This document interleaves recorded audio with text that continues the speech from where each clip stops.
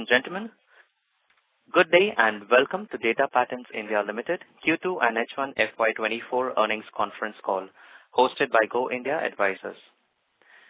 As a reminder, all participant lines will be in the listen-only mode, and there will be an opportunity for you to ask questions after the presentation concludes. Should you need assistance during the conference, please signal an operator by pressing star then 0 on your touchtone phone. Please note that this conference is being recorded.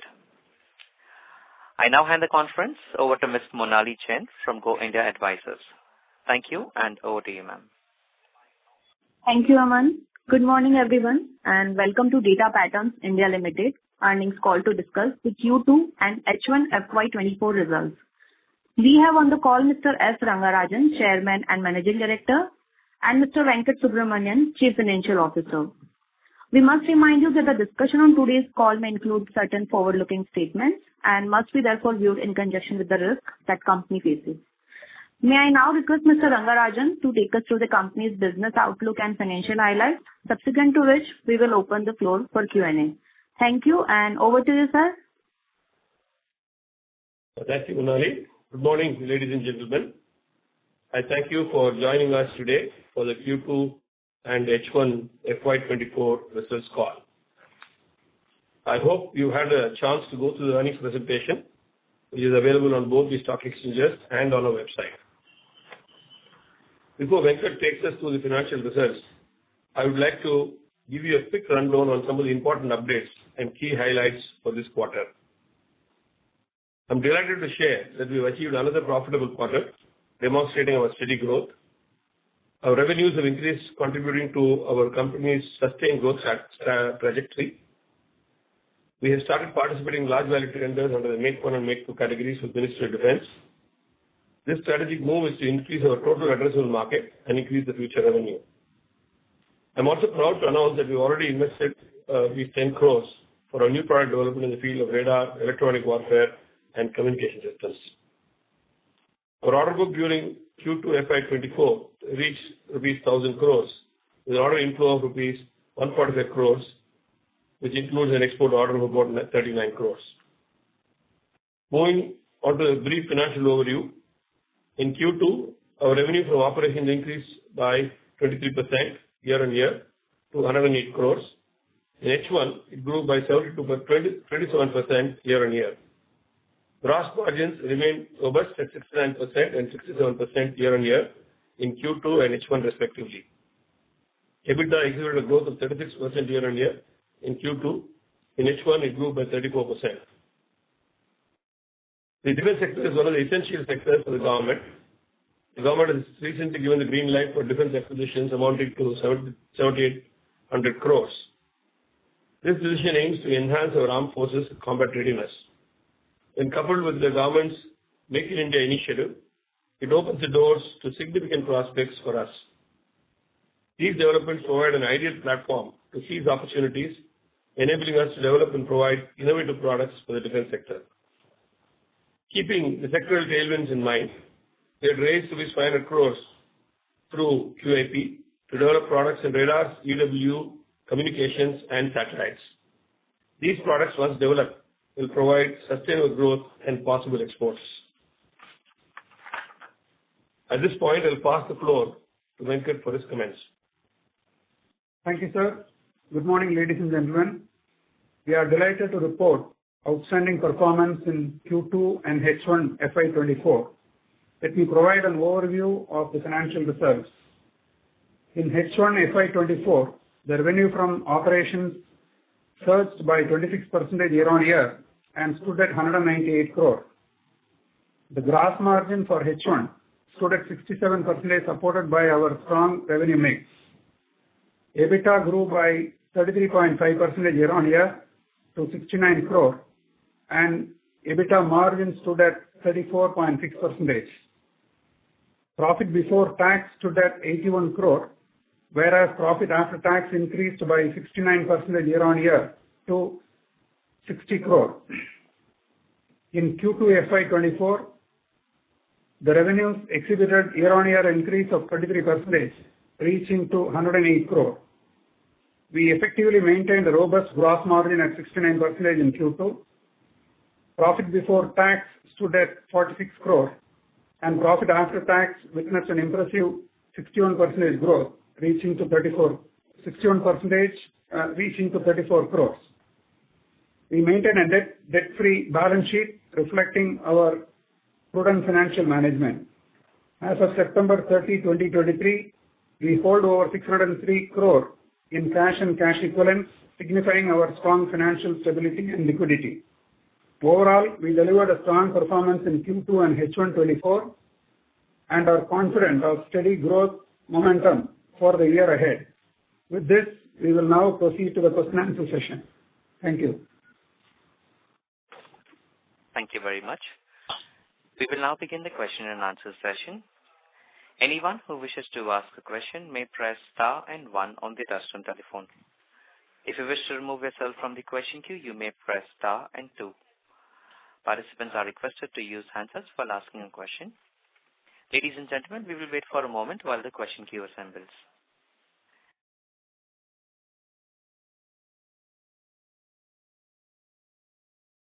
First question is from the line of Ashish Shah from JM Financial. Please go ahead. Yeah, good morning and thank you for the opportunity. Sir, first of all, if you can just help us understand a bit more on the nature of the orders which have been received for the quarter. So obviously we have given the description in the presentation, but any more color in terms of what is the underlying product, the delivery timelines, etc. will help. We have an export order of nearly 39 crores, which will be delivered next year. And then some of the other orders is for avionics of 30 plus crores, which will get again delivered over the next 12 months. Some of the other orders, I think part of it will be delivered this year, part will be delivered next year. But all of them, whatever the orders we receive, they're all towards delivery of this year and the next financial year. Nature of the orders is very similar to what we've been doing. It falls on in avionics, some for LCA Mark 1A requirements, and some for EW, some for radars. And those are the areas where already we have been doing business, and that's what it is. We've also negotiated some contracts for about 70 odd crores, and those are also in the same areas of operation. Right. So secondly, there are two particular programs, in the Dara Shakti and Arudra, where BL has already received these orders and we are in a preferred position for the underlying contracts and products for our scope. So how do you see the progress in these particular programs? Do you see them materializing for us by the end of this financial year? It should. We've reached, the inquiries have been received. We are addressing the inquiries. And as and when Bell decides to place the order, we expect that it should happen in the next few months. Right. Lastly, in terms of working capital, so first half this year we have seen an improved performance, we've seen a positive cash generation. So you expect that, this should continue, especially because second half tends to be good for payments and deliveries, etc. So would you expect a further improvement as we go ahead in the working capital levels beyond what we have seen in the first half? As we've always been saying, the next 2 years you'll see a gradual reduction of net working capital. It will go up quarter to quarter, you'll see, or half year to half year, you'll see change, and working capital will come down as you go along, and it will be brought down as part of management initiative, and also because the mix of orders which we're having is changing, and because of which the working capital cycle will be coming down. It will be happening. Right. Thank you. Thank you for this. I'll come back if I have more questions. Thank you, Ashish. Thank you. The next question is from the line of Dipen Vakil from InCred Equities. Please go ahead. Thank you for my question and congratulations on a great quarter. So my first question is on the line of, our 2Q revenues are largely driven by DRDO and MOD. So how do we expect execution in the second half of FY24? It will be driven by which projects? Any new execution or any upcoming development? See, for the second half, we have orders in hand. So we'll be executing the contracts. We have about 1,000 crores orders on hand. All of them have to be executed in this year, this financial year, and the next financial year. Most of it, at least, will be executed in the next 18 months. So automatically, the second half, we'll execute some of the orders on hand. And some of the larger orders, which can be executed only next year, the work is already on. Development and production is started for all of those things, so that we will deliver the contracts in time. So that's how it is. Yes, our orders are largely DRDO and BPSU driven today, and maybe a few direct MOD orders also we have, which we'll be executing one of them this year. The other important thing is we also got some 60 odd crores of contracts, export contracts, which also will get, I said 38 crores, 39 crores, this quarter we received one. We already have an export contract for the previous quarter. So these about 70 crores, I think. I don't know the exact number, but it'll be around that. They'll get executed next year. Thank you for that explanation. So my next question is on the lines of, so you mentioned about the export. So any update on, so where the export is coming from which geographies, and do we see any geopolitical situation impacting us in any way for any supply chain issues or any raw materials? The present export orders are in 3 geographies. One is from Europe, the second one is in UK, the third one from South Korea. We have orders from there. We continue to get business from UK. We're doing business with them for some few years now. We continue to get those contracts where we design and produce for them. We're also quoted to some other large European companies. As soon as that contract may also happen. Coming back to the second question is supply chain issues. At the present moment, we don't have supply chain issues because of the current war situation. But having been hit by supply chain issues during COVID, we're a bit quite aware that take this into cognizance, and we're seeing whether we can stock components where they're going to be next 6 months, 9 months delivery. Maybe we should stock components. We're looking at all options. As of now, we don't have any supply chain issues. Okay. Thank you, sir. So, and last question is on, so last quarter you mentioned that the approvals for seeker programmers were expected in, say, in a couple of months. So what would be the status on that? You mentioned that it is there in user trials. So have we received any update on that? We have participated in all the trial requirements with DRDO on this. We have completed our end work, and the systems have been actually handed over to them. They are now doing their work to take care of when the trials will happen. We will not be told of the trial till the last moment. So we do know that it is getting ready. Beyond that, I cannot share any details. Sure, sir. So thank you so much, sir, and all the best for second half. Thank you. Thank you. A reminder to our participants, please press star and 1 to ask a question. The next question is from the line of CA Garvit Goyal from Invest Analytics. Please go ahead. Hello. Am I audible? Yes. Yes, sir. Request you to use. Good morning, sir. Congratulations for a good set of numbers.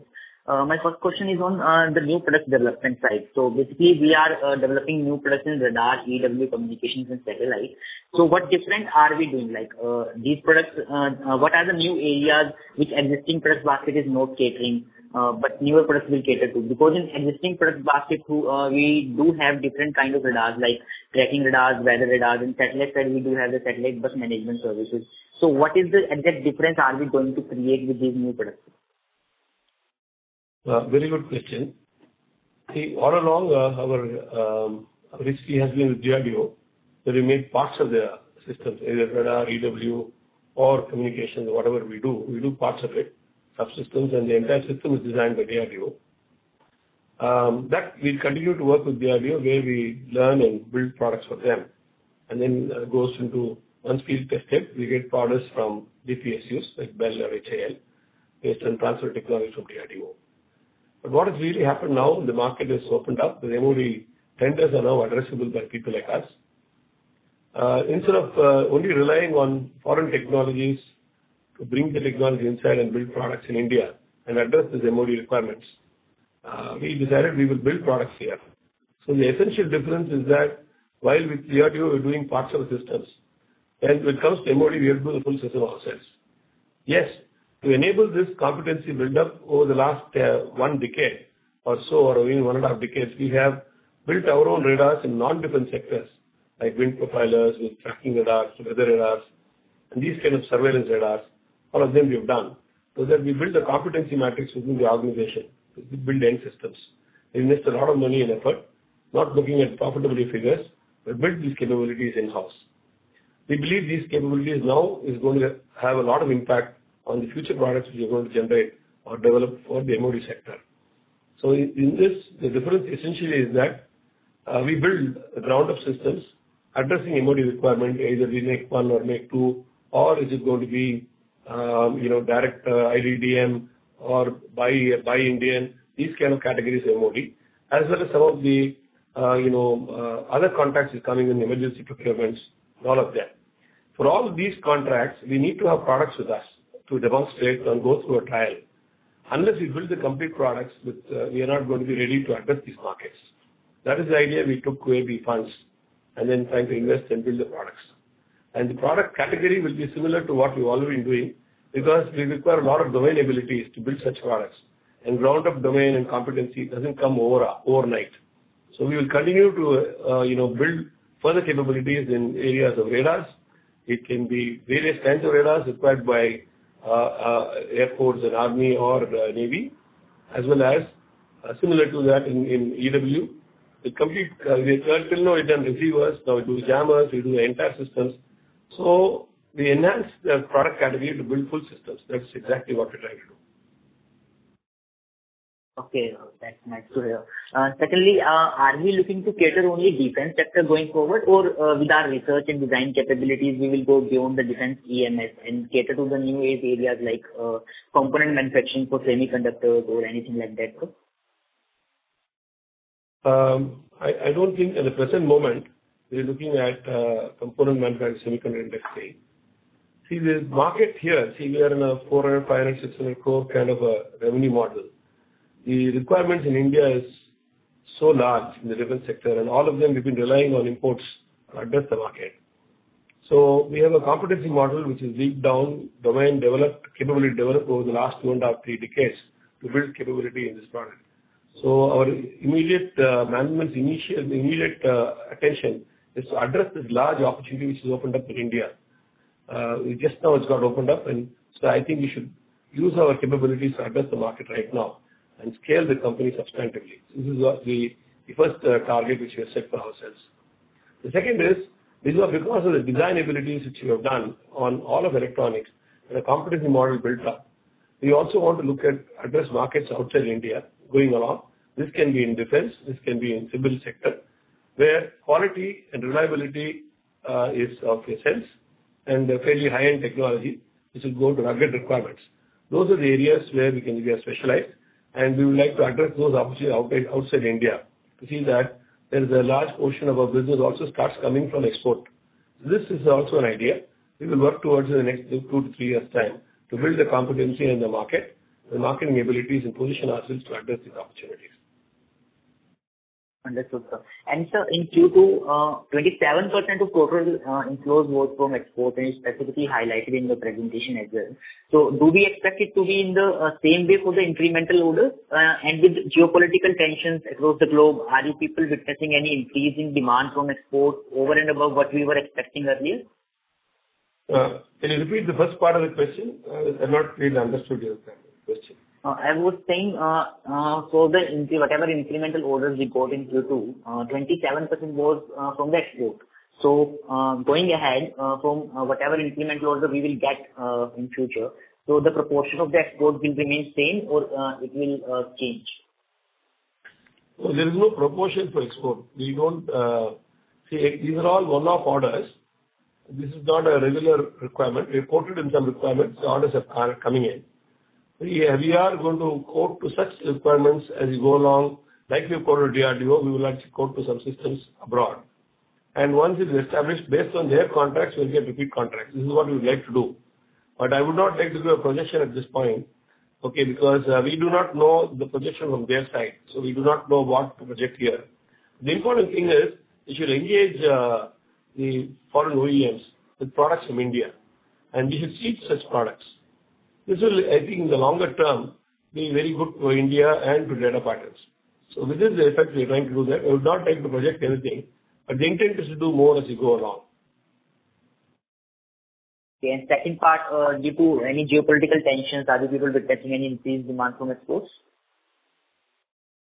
No, see, it depends. When they build a system, they don't change to supply chain so easily. It takes a long time to change supply chain because you go to qualifications and things like that. No? So they cannot immediately change supply chain. If you want to change something on the existing product and introduce new things, it will be at least 3 or 4 year cycle. So you have to start working with the supply chain, get the development initiatives done, place contracts, validate it, do system integration. Then, once the trials are over, only they can, place orders. So it's an overall kind of a change. So I don't think because of geopolitical issues, immediately change will happen. Even if it were to happen, it will happen over a period of time. Is what I expect from my understanding of how systems are built and delivered. Okay, and sir, lastly on the Pinaka side, so final trials for Pinaka are completed successfully. Have we participated to be a supplier for these products, or are we expecting orders from it in upcoming 3 to 4 months? And going by that, what kind of order inflow do we expect in second half of this year? No, we are not involved in the Pinaka system, so I can't answer. To come back to the previous question, there is a movement for our Western countries to look at India seriously, to try to look at it as a supply chain. So a lot of inquiries and interests have come, presentation people have come visited us. So that interest is visible. So I think we should grab their interest, address some of the opportunities and scale the business. This is what we are trying to do. But on Pinaka, we are not involved in Pinaka. Understood. And sir, in second half, what kind of order inflow do we expect? So we've maintained the guidance. We said 455 crores for this year order intake. So whatever is expected, we expect to address that. We got some 250 crores orders already in the last 2 quarters. I think we will expect the rest to come in the next 2 quarters. There's been a bit delay, but the contract should happen. As predicted, the contract should happen. And we will retain guidance which we given in the first initial calls. Okay, that's it from my side. I joined the queue. Thank you. Any participants who wish to ask a question at this time, they may please press star and 1. The next question is from the line of Abhishek Agarwal from Naredi Investment. Please go ahead. Good morning, sir, and congrats on a good set of numbers. The first question, this enhanced EBITDA margin you attained in Q2 is sustainable? Sorry to interrupt you. Your voice is not very clear. Please Okay. use the handset. Okay.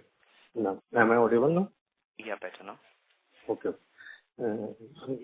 Good morning, sir, and congrats on good set of numbers. The first question, this enhanced EBITDA margin you attained in Q2 is sustainable in Q3 and Q4 FY2024? Okay. See, overall, I think our overall gross margin will be slightly better than last year's, is what we said on our EBITDA. It's slightly better. So towards always the third or fourth quarter, the EBITDA goes up rather than going down. This is how it is because the revenue goes up and our operation cost is lower. So typically that's what happens. So I believe we should give a sustainable EBITDA margins going ahead. And if you look at last year financials, we expect based on the order mix, it should probably be a bit better than last year's order mix. Okay. And second question, how many orders you have already bid and what is the success rate and what will be the order book at the end of financial year FY2024? We can't give you exact numbers. That is why we say on an overall level how much the order is expected this year, and we are in line with whatever we projected earlier. But exactly what value will be done is something which I don't want to guess today. Maybe towards the next quarter end or something, we'll have a much more clear idea of where we are. We can give you guidance, but it will be like I said, the order inflow will be 455 crores this year. Already we have something, the rest of the order should come. And based on guidance and whatever we deliver this year, the order book can be discussed maybe next quarter. And so what is our success rate if we bid for 100 crore orders? So what we get from 100 crore orders? This is again very dependent, because there are some courts which goes on lowest court, which we know we may not win, but we participate. So we don't really consider those contracts as our contract because we're also one of the guys who quote there. But there are certain contracts which we want to have because it's our capability which we have built up. There we expect 100% contract, and that is how we build our business based on the capability and based on competition and what we have the extra. That is how we build. So we are more strategic in nature. We are not actually build though we do quote because the tenders come, we quote, but we are more very strategically poised. So we are very, I can't really give you a percentage on lost sales and percentage because mostly it will be on the L1 tenders it comes on the quote. We don't consider them as a lost sale actually. So conversion on where we want, our conversions are very high. Wherever we want to get the contracts. Okay. And sir, lastly, EBITDA margin is higher in development contract compared to production. How much percentage is more than production? Actually, this is a misnomer. This is the idea that development contracts have a better margin than production. It's not actually true. In our case, I think it largely will be similar to development or production because we don't charge for development. During development contracts, the development overhead is not really charged to customers. Because all of them we try to take the lowest quote price and we start development much ahead of the contract itself. So capability build-up happens over many years. And then we write off the development expenses, the revenue expenses, what we've been doing all along. So when production contract comes, it is actually they consult or they try to say what is the development contract, what contract price we have, and that is taken as a basis. So normally, there is no difference between development and production contract in our case. There may be variations and exceptions with that, but largely it should be remaining the same. And lastly, in H1, we get 35% of total revenue and 65% in H2. This trend is continue going forward because I'm asking that in FY23 our revenue 453 crore and we maintain 25 to 30% revenue growth. So in FY24 we get around 550 to 560 crore revenue, and H1 we get 198 crore. So remaining we get for 550 minus 198 to 352 crore revenue we achieve in next week. See, we have given overall guidance of 20-25% overall growth from last year to this year. We will try to address that and retain that growth.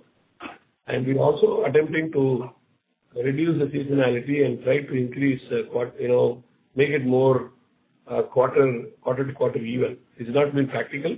We've done a fairly good job considering few years back. Almost everything will come the last quarter. We have now reduced the last quarter sales, and because of visibility of contracts with us, try to deliver in quarter 1, quarter 2 also. Yes, there is a last quarter bias will be there. Last quarter, the last half year, second half bias will be there. But then I'm trying to reduce the bias in the organization. We're trying to really see whether that can be brought down going ahead. So we have already given a revenue projection guidance. We try to stick to that. Okay. Thank you so much. Thank you. Thank you. We'll move to the next question. That is from the line of Mudit Kabra from Elara Capital. Please go ahead. Hi. Thank you for the opportunity. Am I audible? Yeah. A bit of noise, but you're audible, yeah. Is that better, sir? Yeah. Okay. Sir, any sense on the opportunities for data patterns from the Su-30 radar and any other electronics upgrades program which is expected? And any quantum or ballpark number on the opportunity size from here? These are all things is about to happen now. We would like to address them, participate in these programs. But at the present moment, we can't really say which portion we will get a contract where we are going to be. We don't know now. So this is about to happen. We understand this is happening. We are also interested in participating in it. I can't tell you anything more at the present moment. Got it, sir. And secondly, are we seeing or expecting like any kind of slowdown in tendering or approvals in the defense space prior to elections? Like, has it started to kick in, or are we expecting any kind of slowdown? No, see, the space we are operating, we are not seeing any difference. But what we hear sentiments is like you people say, you also hear the same sentiments, but I have not felt it in our tendering. And we are not in very large value tickets again, 10,000 crore, 20,000 crore. These kind of tickets may get postponed. The smaller contracts probably tend to go ahead. So it's only a few more months, and we're quite busy doing what we have on orders on hand and addressing some of the opportunities you talked about just now. So let us see how it goes. But we can't take a position on this. We really do not know. Got it, sir. Fair. Thank you so much, and all the best, sir. Thank you. Thank you. The next question is from the line of Dipen Vakil from Inquiry Equities. Please go ahead. Thank you for the follow-up opportunity. So you mentioned that the competition with the opening up in competition and it's rising, it has. So I wanted to ask you, where does our edge lie in terms of products? So which major product do we have which have less or no competition, and which could possibly be the single vendor contracts for us? See, everywhere there is competition. India is a large country, and there's a lot of capability exists within India. Everybody will compete. So I cannot say which products will have no competition with single vendor. We have to look at case-to-case opportunities and see whether if we address all the opportunity ourselves, then we'll be better priced, then we give a better timeline to deliver to customer. And the customer then decides, yes, we need what we have. And maybe he decides on a single vendor opportunity, make a single vendor case. We'll be happy to address them. But ahead of time, we can't say which will be single vendor. It's very difficult, especially in a normal call like the open call like this. Got it. Thank you, sir. Thank you. The next question is from the line of Ashish Shah from GM Financial. Please go ahead. Yeah, thank you for the repeat opportunity. So my question is on the Dornier upgrade program. So there, we are in the fray or in a preferred position for certain systems on government and elite side, as well as the government also recently approved the upgradation of the avionics for the Dornier. So is there any role, that we are envisaging ourselves in the near future? If you can just give some color on how the upgrade program is progressing. Yeah, we have some contracts on the Dornier upgrade program from DRDO. It is progressing well. We're doing some of the EW systems for Dornier with DRDO, and also a radar, surveillance radar we're designing for them. So these two are being developed and deliveries are happening as per the scheduled requirements. So we will wait and watch once it is flight tested and contracts are placed by Navy to HAL. Back-to-back, these orders should come. These are fairly high-end systems that are being designed with the DRDO. So we are quite excited of this opportunity, and we believe that this should fructify if all things going well, our side and DRDO side to meet Navy requirements. I believe that this should be a good opportunity for Data Patterns. But only next 1 year we will know once it is installed in flight, and post trials we will get an idea size of business, and though we have an idea of size of business, when it will happen, we'll know only after a few more months. But yes, this is an exciting requirement, and there can be a lot of other out of the product development done for these requirements. There can be other areas where such products can also be repositioned. So we are excited and we're working on these opportunities. Yeah. So specifically on the avionics side, are we, do we have a product that we can offer, or are we in that fray for the avionics side of the upgrade program? Yeah. The radar is one. The EW, the ESM, as we call electronic surveillance systems, the comment and mailint and SIGINT, all that we are involved fully. So those are two things areas. We've also developed a radio. I don't know whether that is going to get used or not. We developed that. So this is in some portion of the what is called as ADSB, part of IFF. That also we are delivering some systems there. So a few packages like that we are designing, developing there, and delivering to them. So I think this is the essential upgrade will consist of such programs. This is a large part of the upgrade is what I understand. I don't know anything else which they are upgrading. We are not sure. This is all we are doing. Got that. Thank you. Thank you very much. Thank you. The next question is from the line of Arvind from Valley Crest Investments. Please go ahead. Hello, am I audible? Yeah. Excellent. Congratulations on a fantastic set of numbers, sir, and happy Diwali well in advance. A couple of questions. The first one was regarding the deployment of the QIP funding for the MOD orders and the prototype building. There was some vision for satellite side orders as well. So some color on this, whether we are actively pursuing, whether there has been any interest in that.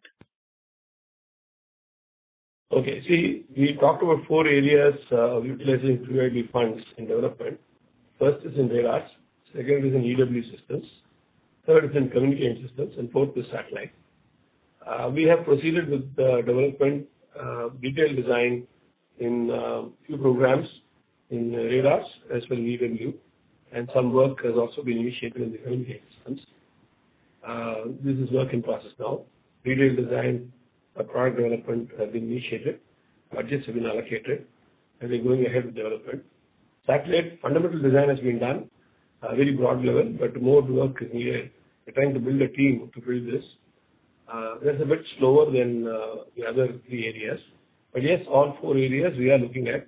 Initial work will come in the first 3 areas, and products will start appearing for testing in the next few months' time. But the satellite will take a longer time. One, because the components for the satellite also takes a long time to get. And also we have not actually started the full design of the satellite yet.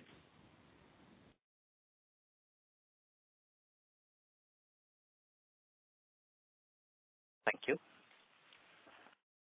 The next question is from the line of Garvit Goel from Invest Analytics. Please go ahead. Hello. Thanks for the follow-up. I want to ask what is the order pipeline currently for which we are in the bid process, and what is our success ratio for that bidding? No, come again. I didn't understand your question. I'm asking on the pipeline basically for which we are in currently in bidding process, and what is the expectation, like what is the success ratio do we expect from that bidding process? See, actually bidding happens weekly. Daily there is some tenders quoted. We don't try to take that into cognizance, say, until we're very sure some contracts will happen, it will be weekly position. We only project that to the market or internally to our board. So we have given you a revenue projection on orders and this year expected contracts.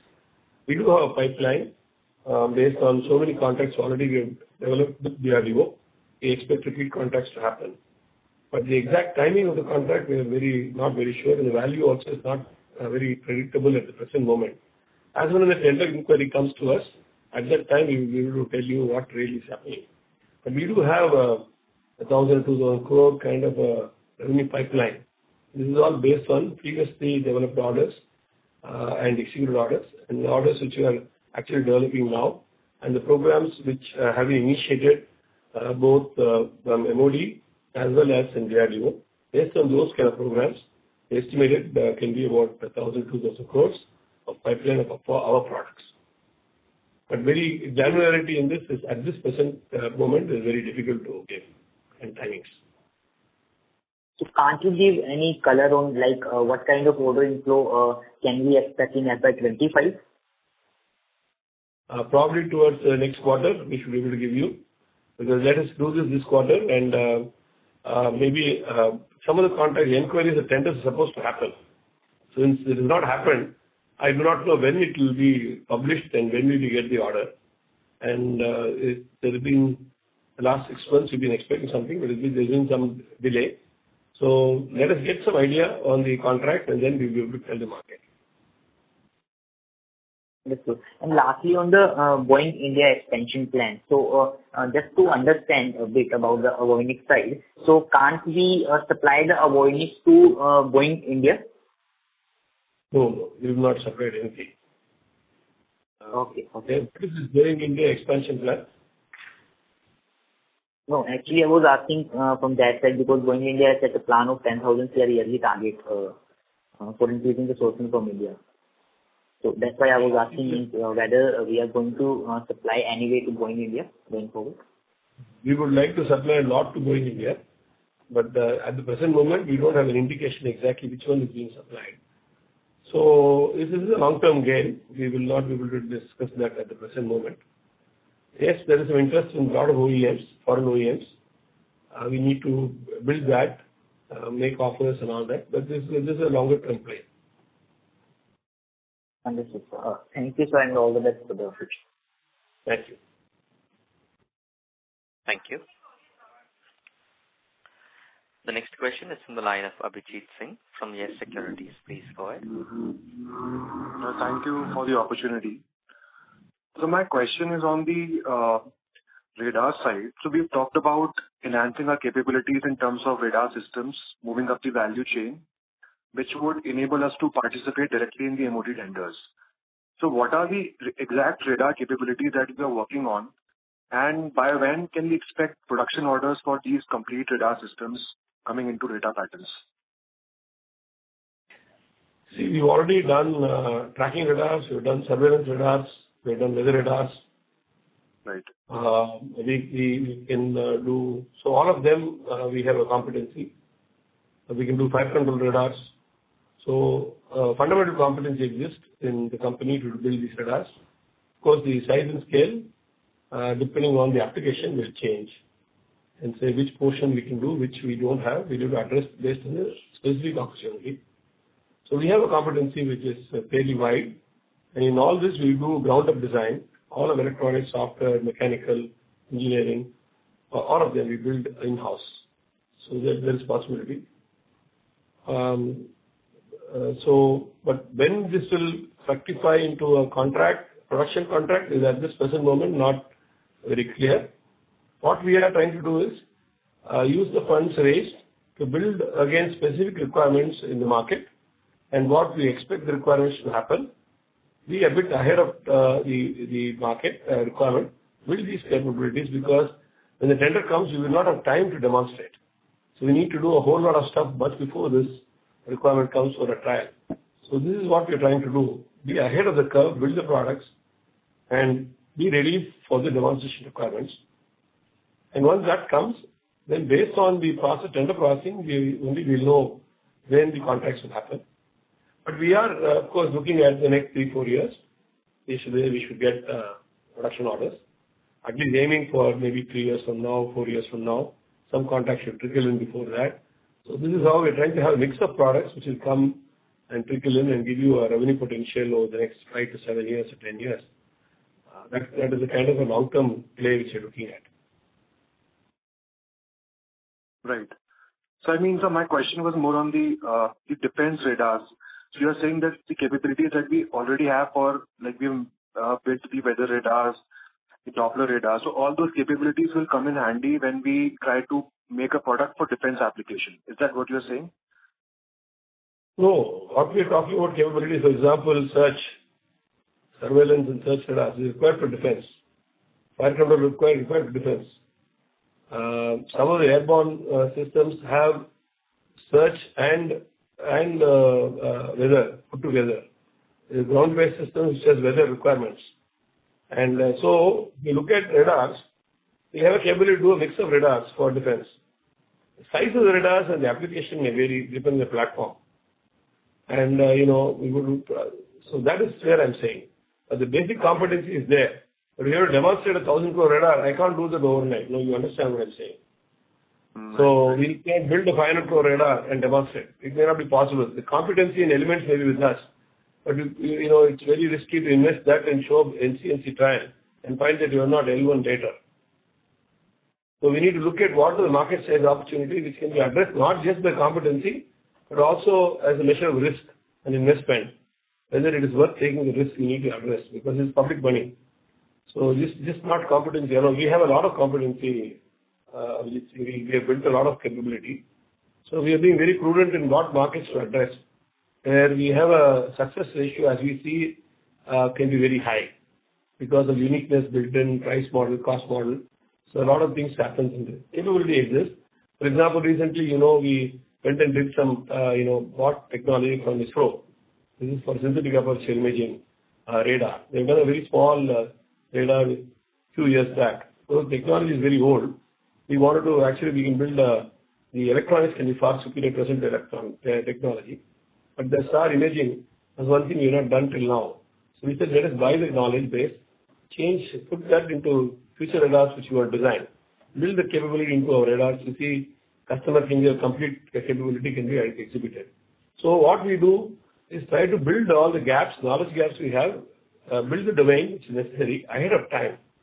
And this is what we've been doing all along, all these years. So this has to be a long-term kind of investment model. This is what we're doing. But to answer your question, yes, all the military radars, we can do a fair amount of military radars from our in-house capabilities. But the timeline to demonstrate may vary depending on the complexity or size of the radar. Right, sir. Right. Understood. Thank you. That's it from my side. Thank you. Participants, please press star and 1 to ask a question. The next question is from the line of Praveen Desai as an individual investor. Please go ahead.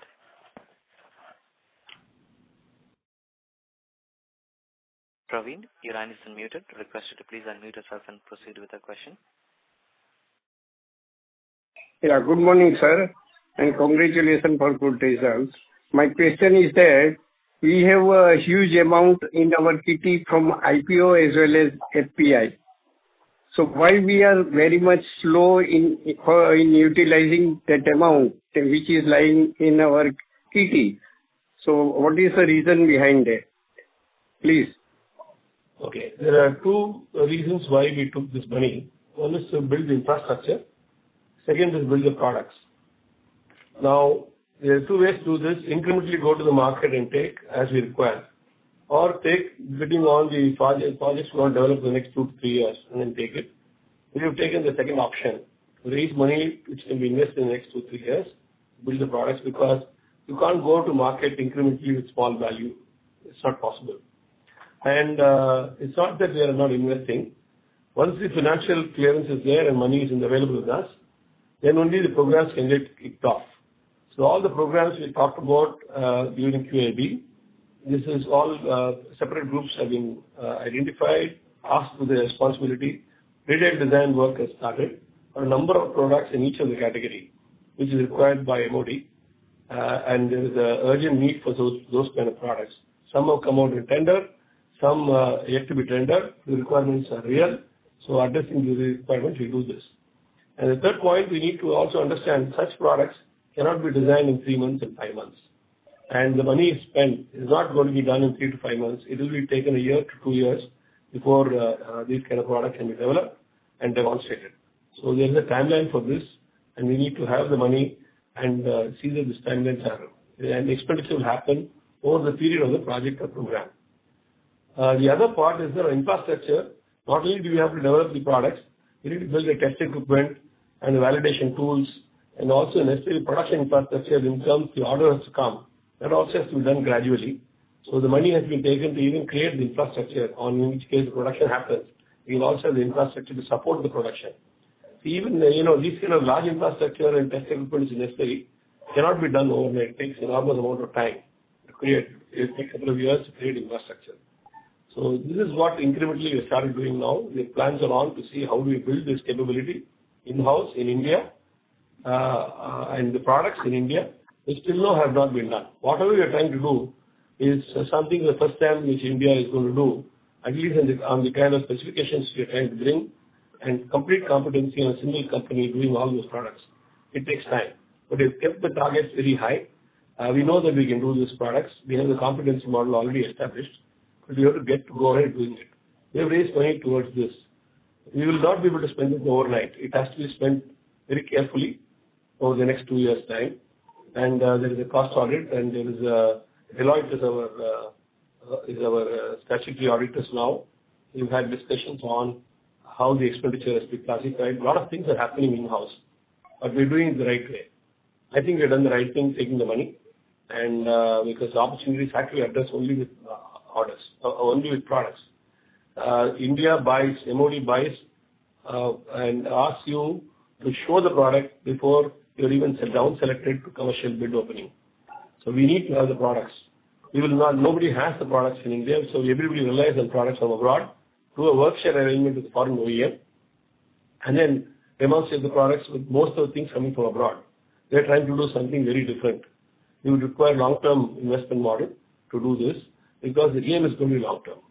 And we believe by doing this and building technology in India, we're going to be that much more capable. Also, the bottom line is far better than buy and integrate from others. And also uses a competitive cost model to address the market here. So we have taken a slightly harder way of looking at things, build competency, build technology in India, compete with the foreigners, and address the market. This will require long-term money and long-term investment. This is what we've done. Yeah, got it, sir. Thank you very much, and wish you all happy Diwali. Thank you very much. Thank you, sir. Thank you.